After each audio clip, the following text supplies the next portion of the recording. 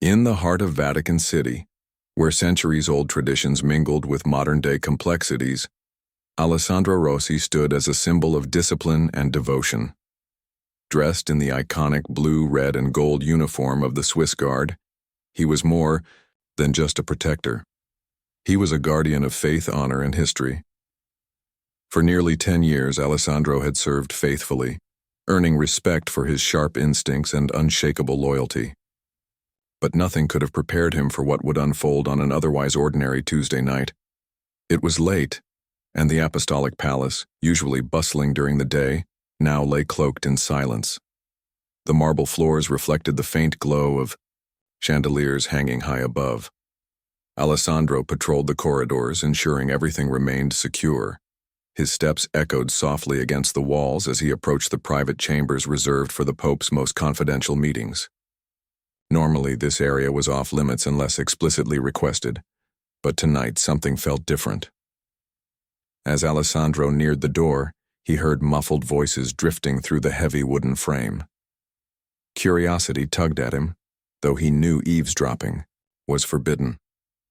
Still, something about the tone of the conversation, a mix of urgency and secrecy, made him pause. He leaned closer, careful not to make a sound, and caught fragments of words that sent a shiver down his spine. Project Lumina. Global impact, and we must act quickly. The name Project Lumina struck Alessandro like a bolt of lightning. It wasn't something he'd ever encountered before, yet it carried an air of importance that couldn't be ignored. Who were these people speaking so cryptically? And why did they seem so determined to keep whatever they were discussing hidden from the rest of the world? Before he could hear more, footsteps approached from inside the room, forcing Alessandro to retreat swiftly. He resumed his patrol, pretending nothing unusual had happened, but his mind raced with questions. What was Project Lumina? Why had the Pope been involved in such a secretive discussion? Most importantly, why did it feel like the fate of something much larger than the Vatican hung in the balance? That night, sleep eluded Alessandro. Every time he closed his eyes, the mysterious phrase replayed in his head. The next morning, instead of brushing it off as mere curiosity, he found himself drawn deeper into the mystery. During his routine duties, he began noticing small details he'd overlooked before. Guarded conversations between senior clergy members, documents being carried hurriedly to restricted areas, and even hushed phone calls made behind closed doors. Alessandro knew better than to jump to conclusions. After all, the Vatican was no stranger to sensitive matters, and many things discussed within its walls were meant to stay private. But this felt different. This wasn't just another internal matter. It was something bigger, bolder, and potentially explosive. As days passed, Alessandro's resolve grew stronger. If there was a truth waiting to be uncovered, he wanted to know it. Little did he realize that his decision to dig deeper would set him on a path filled with danger, revelation, and transformation. What started as a fleeting moment of intrigue was about to become the defining chapter of Alessandro's life. And perhaps the future of the Catholic Church itself. Alessandro's curiosity burned brighter with each passing day. The phrase Project Lumina lingered in his mind, refusing to fade into the background of his thoughts. It gnawed at him during his patrols, distracted him during meals, and even haunted his dreams at night. He couldn't shake the feeling that he had stumbled upon something monumental, something that could change everything he thought he knew about the Vatican, the Pope, and perhaps even the world. Determined to uncover more, Alessandro began paying closer attention to the details around him. His position as a Swiss Guard gave him access to parts of the Vatican that most people never saw. While he couldn't openly snoop without raising suspicion, he found ways to observe discreetly. During late-night shifts, he lingered near restricted areas where senior clergy often gathered. He listened intently to their hushed conversations, piecing together fragments of information like a puzzle slowly coming into focus. One evening, while escorting a visiting dignitary out of the Apostolic Palace, Alessandro noticed an open door leading to a small study room. Inside, papers were scattered across a desk, glowing faintly under the soft light of a desk lamp. His heart raced as he glanced around to ensure no one was watching. Stepping inside, he scanned the documents quickly, but carefully. Most of them appeared to be financial reports or logistical plans, but one sheet caught his eye. A handwritten note with the words, Lumina Timeline, scribbled at the top. Below it was a list of dates, locations, and names he didn't recognize. Though the meaning wasn't immediately clear, Alessandro felt certain it was connected to what he'd overheard earlier. He memorized as much as he could before slipping back into the hallway, his pulse hammering in his ears. That night, lying awake in his quarters, Alessandro replayed the details in his mind. The timeline mentioned cities like Geneva, New York, and Tokyo, along with references to interfaith summits and global unity. What did it all mean? Was this some kind of diplomatic initiative, or was it something else entirely? The next morning, Alessandro decided to reach out to someone he trusted, an old friend named Luca who lived outside Vatican City. Luca worked as a tech expert and had always been fascinated by cryptography and data analysis. Over a secure phone call, Alessandro shared what little he knew, sending photos of the notes he'd managed to gather. Luca promised to look into it, though he warned Alessandro to be careful. "You're playing with fire," Luca said. "If anyone finds out you're poking around, you'll have more than just your job on the line." Days later, Luca called, back with startling news. Using publicly available databases and cross-referencing the clues Alessandro had provided, Luca uncovered hints of a massive undertaking, a secret project spearheaded by Pope Francis himself. From what Luca could gather, Project Lumina wasn't about scandal or controversy. Instead, it seemed to revolve around uniting leaders from various religions to tackle humanity's greatest challenges: poverty, climate change, and inequality. At first, Alessandro struggled to believe it. The idea of such a bold global initiative sounded almost too good to be true. But the more he thought about it, the more it made sense. Pope Francis had always been known for his progressive views and emphasis on compassion. If anyone could pull off something this ambitious, it would be him. Yet, despite its noble intentions, Alessandro couldn't ignore the risks involved. Such a movement would inevitably attract opposition from political figures, corporate interests, and even factions within the church itself. As the pieces began falling into place, Alessandro realized he was standing at the edge of something extraordinary. This wasn't just about uncovering secrets anymore. It was about understanding the weight of those secrets and deciding what to do with them. For now, he kept his discoveries to himself, knowing that revealing too much too soon could put everything in jeopardy. But deep down, he knew he couldn't stay silent forever. As Alessandro delved deeper into the mystery of Project Lumina, his investigation took a dramatic turn. One evening, while on duty near the Vatican archives, a vast repository of centuries-old documents and modern records, he noticed something unusual. A senior clergy member hurriedly exited one of the secure rooms, clutching a folder marked with a red seal. The man's face was tense, his steps quick and deliberate, as if he were trying to avoid being seen. Alessandro's instincts kicked in. Something about the scene felt off.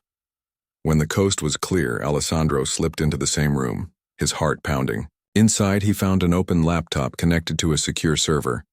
On the screen was a login page for what looked like classified files. Though accessing it without permission was risky, Alessandro knew this might be his only chance to uncover the truth. He quickly snapped photos of the interface and jotted down keywords scribbled on a sticky note nearby, details that could help Luca crack the system later. Back in his quarters, Alessandro sent the information to Luca, who worked tirelessly to decrypt the data. Days passed, filled with tension and anticipation. Finally, Luca called back with astonishing news. He had managed to access parts of the encrypted files. What they revealed left Alessandro speechless. Project Lumina wasn't just a vague humanitarian effort. It was a meticulously planned global initiative led by Pope Francis himself. The goal? To unite leaders from all major religions under a single banner to address humanity's most pressing crises: climate change, poverty, and inequality. The scale of the project was breathtaking. It involved secret summits held in neutral locations around the world, where representatives from Christianity, Islam, Judaism, Hinduism, Buddhism, and other faiths came together to collaborate. Detailed strategies outlined how these groups could pool resources, share knowledge, and inspire action on a global level. There were even plans to involve secular organizations and governments to amplify the impact. But the files also hinted at significant risks. Powerful entities, corporations profiting from environmental destruction, political regimes opposed to religious cooperation, and conservative factions within the church itself viewed Project Lumina as a threat. Some saw it as a challenge to their authority, while others feared it would destabilize the status quo. Notes in the document suggested that attempts had already been made to sabotage the initiative, though specific details remained unclear. Alessandro couldn't help but feel a mix of awe and unease. On one hand, he admired Pope Francis's vision. The idea of uniting people across divides to tackle shared problems resonated deeply with him. It was bold, hopeful, and exactly the kind of leadership the world desperately needed. But on the other hand, the dangers were undeniable. If word got out too soon, or worse, if hostile forces succeeded in dismantling the project, the consequences could be catastrophic. Determined to learn more, Alessandro began exploring the Vatican Library. During his free time, he hoped to find additional clues hidden among ancient texts and forgotten records. To his surprise, he stumbled upon a handwritten journal tucked away in a dusty corner. Its pages contained musings from a former cardinal who had once dreamed of fostering unity between religions. Though written decades ago, the entries mirrored the goals of Project Lumina almost perfectly. It seemed Pope Francis wasn't the first to envision such a movement, but he might be the first to make it a reality. Yet as Alessandro absorbed all this information, a nagging thought lingered in his mind. How far was he willing to go to protect the truth? He was no longer just a curious observer. He had become entangled in something far greater than himself. And as much as he wanted to believe in the purity of the Pope's mission, he couldn't ignore the growing sense that forces far beyond his control were watching and waiting to strike. Alessandro's double life was beginning to take its toll. By day, he carried out his duties as a Swiss guard with unwavering professionalism, ensuring the safety of Vatican City and its residents. But by night, he became a shadowy figure, piecing together fragments of Project Lumina while navigating a labyrinth of secrets that seemed to grow more dangerous with each passing day. His late-night excursions into restricted areas, his whispered phone calls with Luca, and his relentless pursuit of answers hadn't gone unnoticed, especially not in a place as tightly controlled as the Vatican. It started subtly at first. Alessandro noticed colleagues exchanging suspicious glances when he walked by. Conversations would stop abruptly whenever he entered a room. Even Father Matteo, who had always greeted him warmly, now seemed hesitant to engage. At first, he dismissed it as paranoia, but soon, the signs became impossible to ignore. Someone was watching him and they weren't happy about what they saw. The breaking point came one chilly morning during roll call. Captain Rossiello, the head of the Swiss Guard, called Alessandro aside after the briefing. "We've received reports," the captain said sternly, his voice low but firm, "that you've been accessing areas you're not authorized to enter. Care to explain yourself?" Alessandro's stomach dropped. He had been careful, or so he thought, but clearly someone had tipped off the higher-ups. Stammering slightly, he tried to deflect. "I'm just doing my job, sir. If I've overstepped, it wasn't intentional." Captain Rossiello studied him for a long moment before nodding curtly. "Be careful, Alessandro. Loyalty is everything. Here, don't make us question yours." Though the meeting ended without further confrontation, Alessandro knew he was walking on thin ice. That evening, he confided in Father Matteo, a priest known for his progressive views and kind heart. They met in the quiet solitude of the chapel, where flickering candles cast dancing shadows on the stone walls. "Something isn't right," Alessandro admitted, his voice barely above a whisper. "I think someone suspects I'm looking into Project Lumina. What should I do?" Father Matteo sighed deeply, his expression grave. You're treading dangerous ground, my son. The truth you seek could change the world, but revealing it too soon could destroy everything Pope Francis has worked for. There are powerful forces within these walls who don't want this project to succeed. If they find out you know, well, let's just say your position won't protect you. Alessandro felt a chill run down his spine. But if I stay silent, how will anyone know the good Pope Francis is trying to do? How can we let fear dictate our actions? Father Matteo placed a reassuring hand on Alessandro's shoulder. Courage doesn't mean rushing blindly into danger. It means knowing when to act and when to wait. For now, keep your head down. Trust only those who have proven their loyalty to the cause. And remember, the truth has a way of coming to light when the time is right. Despite Father Matteo's advice, Alessandro couldn't shake the feeling that betrayal lurked closer than ever. Over the next few days, strange things began happening. Files he had carefully hidden in his quarters went missing. Messages from Luca were delayed or incomplete, as if someone was intercepting them. Worst of all, he spotted unfamiliar faces among the clergy, men whose cold, calculating eyes made his skin crawl. One night, unable to sleep, Alessandro decided to test whether he was truly being watched. He left his quarters pretending to patrol the grounds, but instead doubled back through a lesser-used corridor. Sure enough, he caught sight of a shadowy figure trailing behind him, staying just far enough away to avoid detection. Heart racing, Alessandro quickened his pace and ducked into an alcove, waiting until the figure passed. When he stepped out to confront the person, they vanished into the darkness, leaving behind only silence. Alessandro realized then that his enemies weren't just hypothetical. They were real, and they were closing in. Every step forward brought new risks. Every decision carried weightier consequences. Yet even as fear gnawed at him, a stubborn resolve took root. He couldn't abandon the truth, not when it held the potential to unite humanity in ways no one had dared imagine. But he also knew he couldn't face this alone. Somehow he needed allies, people who shared his belief in the greater good and were willing to fight for it. Little did Alessandro know, help was closer than he thought. Unbeknownst to him, Sister Lucia, a quiet nun who worked tirelessly in the Vatican Library, had been observing his struggles. She had her own reasons for wanting Project Lumina to succeed, and soon she would step out of the shadows to offer Alessandro the support he desperately needed. Alessandro's world was spiraling into chaos. The weight of his discoveries, combined with the growing suspicion around him, left him feeling cornered and isolated. He knew he couldn't continue alone, but trusting someone else felt like an insurmountable risk. That's when Sister Lucia stepped into his life, not with fanfare or drama, but with quiet determination that would prove to be a turning point.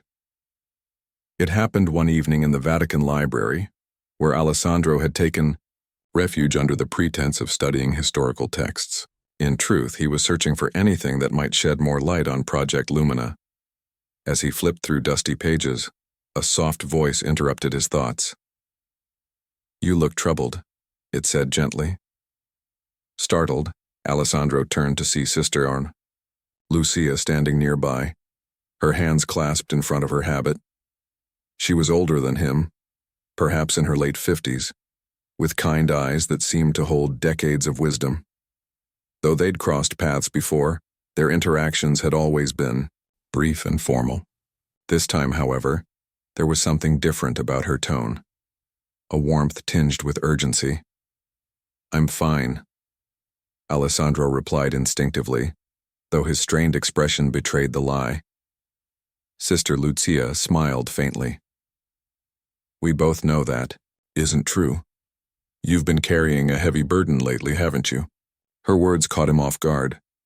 For a moment he considered brushing her off, but something in her gaze made him hesitate. Instead, he sighed deeply and nodded.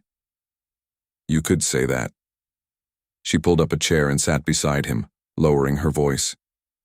"I know about Project Lumina." Alessandro froze, his mind racing. Was this a trap? Had she been sent to test his loyalty? But Sister Lucia didn't wait for his reaction.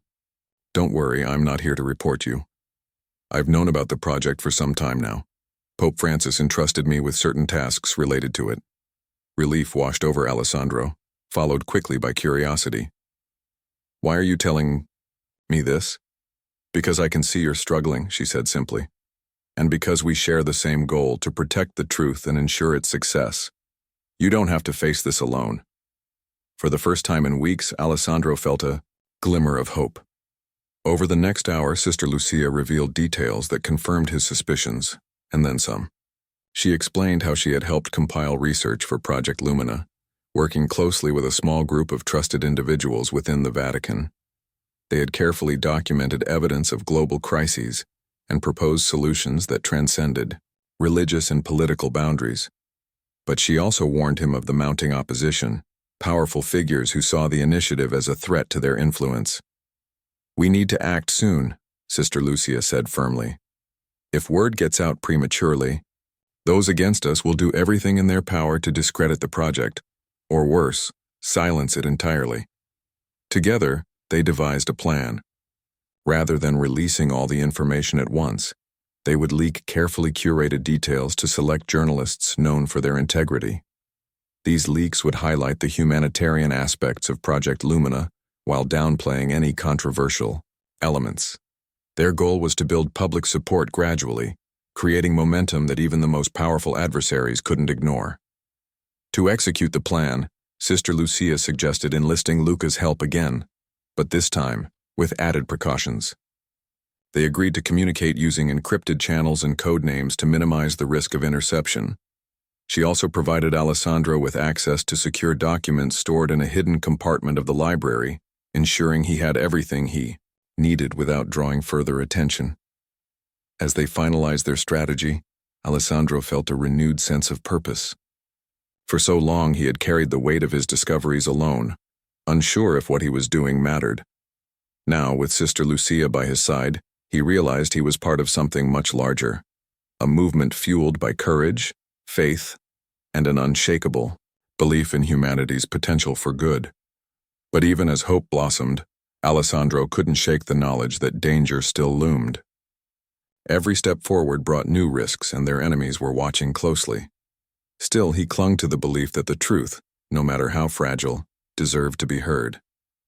And with Sister Lucia's guidance, he was ready to take the first bold step toward exposing Project Lumina to the world. The plan was set into motion on a cold, moonlit night. Alessandro and Sister Lucia worked tirelessly in the dimly lit library, poring over documents and selecting the most impactful pieces of information about Project Lumina to share with the world. Each document was carefully chosen, not too revealing, to endanger Pope Francis or the initiative itself, but compelling enough to spark curiosity and ignite public interest. They wanted the message to resonate without giving their enemies ammunition to shut it down. With Sister Lucia's guidance, Alessandro reached out to Luca once again, this time through an even more secure channel. Together, they encrypted the files and sent them to 3 journalists known for their ethical reporting and global reach. One was based in Europe, another in North America, and the third in Asia, a deliberate choice to ensure the story would spread across continents almost simultaneously. The instructions were clear. Publish the information within 48 hours, framing it as a groundbreaking humanitarian effort led by Pope Francis. When the first article broke, Alessandro felt his heart race as he watched the headlines explode online. Pope Francis leads secret movement for global unity, read one headline. Another proclaimed, Project Lumina, a bold vision to unite religions against climate change. Social media buzzed with reactions, some praising the Pope's vision, others questioning its feasibility, and a few dismissing it outright as political maneuvering. Public opinion was divided, but that wasn't unexpected. What surprised Alessandro was the sheer speed at which the story gained traction. Within hours, news outlets around the world picked up the story, dissecting every detail they had leaked. People began discussing Project Lumina at dinner tables, in classrooms and on forums. Some called it revolutionary, others accused the Vatican of overstepping its spiritual role. Religious leaders from various faiths weighed in, some expressing cautious optimism, while others voiced skepticism. But not everyone celebrated the revelation. Powerful forces mobilized quickly to counteract the narrative. Critics claimed the initiative was a thinly veiled attempt to consolidate religious authority under the Catholic Church. Politicians aligned with corporate interests accused Pope Francis of meddling in matters beyond his jurisdiction. Conspiracy theories swirled, suggesting hidden agendas and shadowy alliances.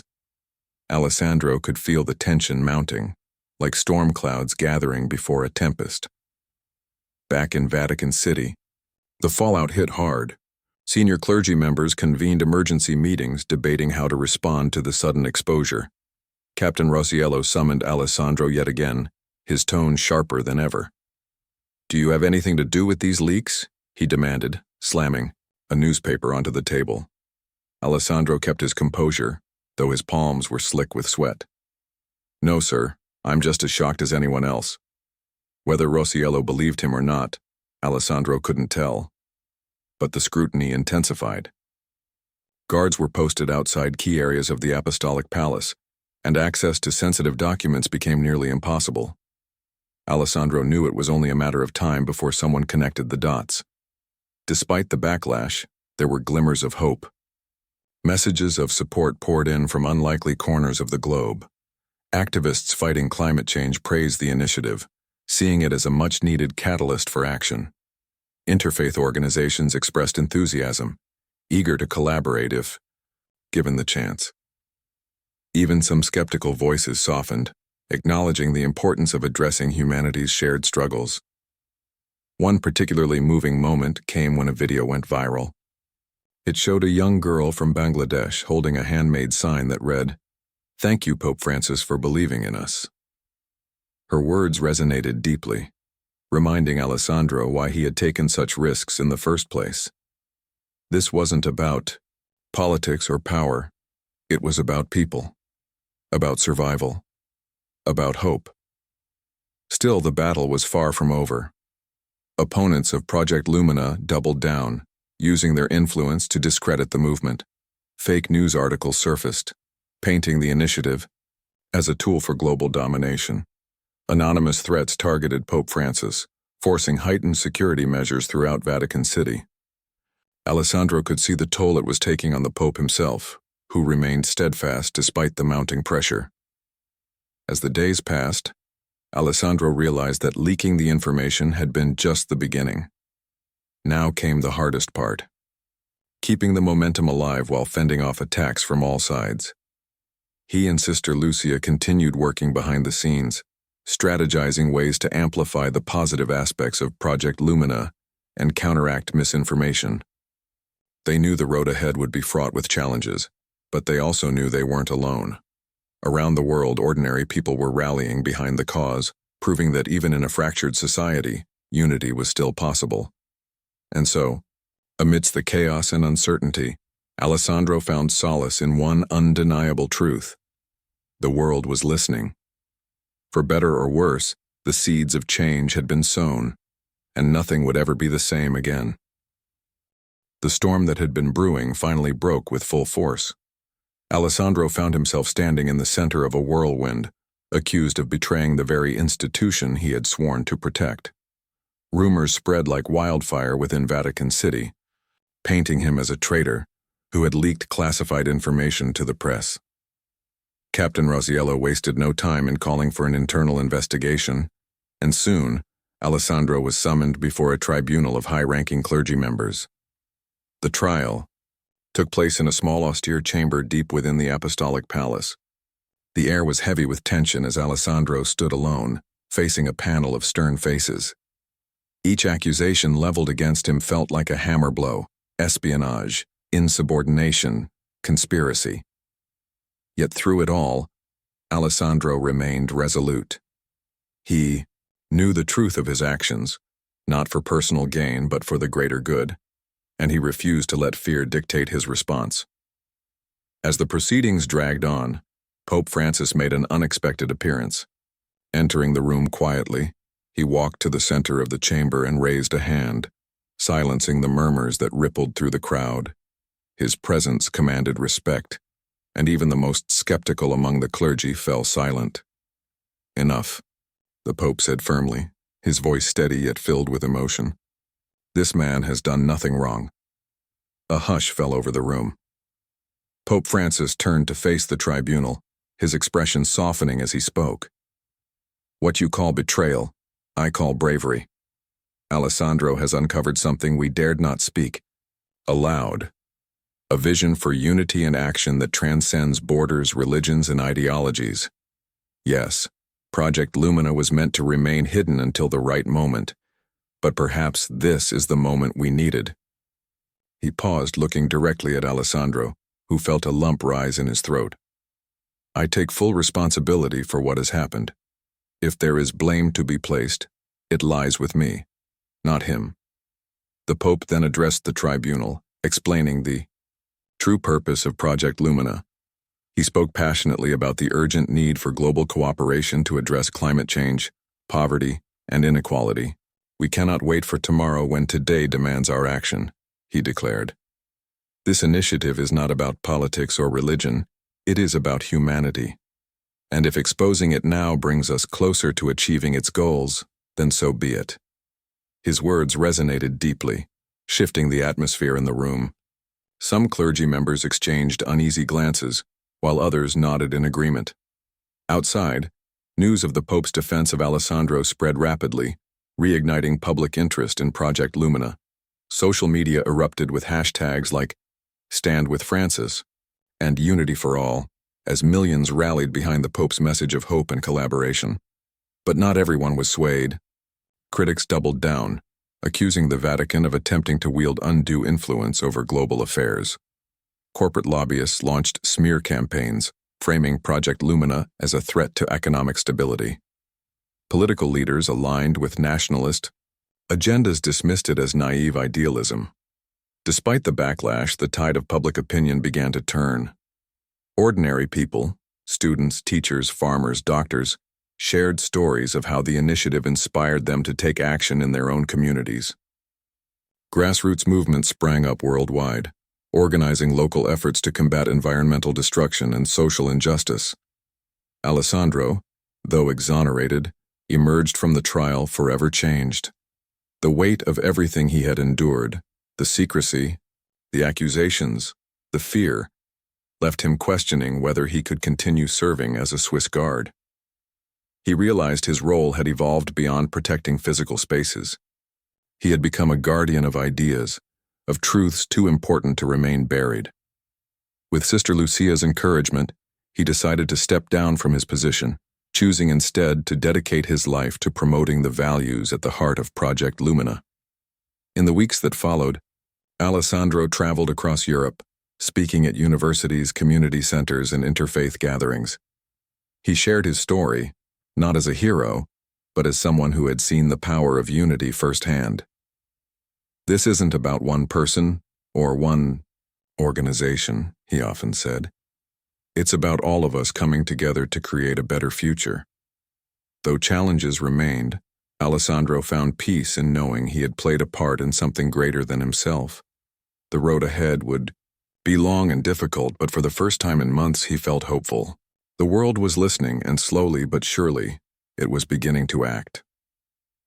Alessandro's decision to leave the Swiss Guard marked the beginning of a new chapter, not just for him, but for the movement he had helped bring to light.